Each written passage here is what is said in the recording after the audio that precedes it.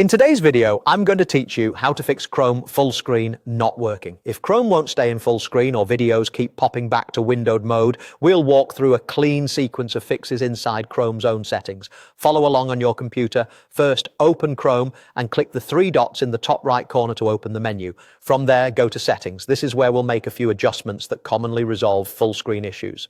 In Settings, head to Privacy and Security. We'll start by clearing out temporary data that can corrupt how pages behave in full screen. Click Clear Browsing Data. In the dialog, make sure cached images and files are selected. You can include cookies if you suspect a site is acting up, but keep in mind that clearing cookies may sign you out of websites. When you're ready, click Delete Data.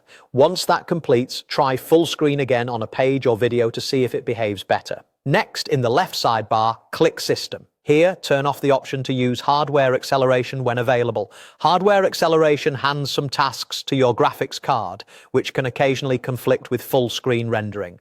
After you toggle it off, click Relaunch so Chrome restarts with the change applied. When Chrome opens back up, test full screen again. If the problem persists, let's check your extensions. Open the menu, choose Extensions, and then Manage Extensions. Temporarily disable all extensions by toggling each one off. Some extensions, especially those that modify video, pop-ups, or window behavior, can interfere with full screen. With everything off, try full screen one more time. If it works now, you've likely found the cause. Finally, return to Settings for a full reset of Chrome's defaults. Scroll down to Reset Settings, then choose Restore Settings to their original defaults.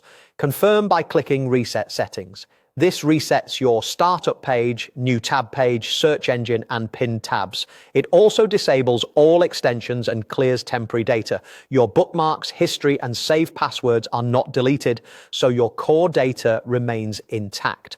After the reset completes, test full screen to confirm the issue is resolved.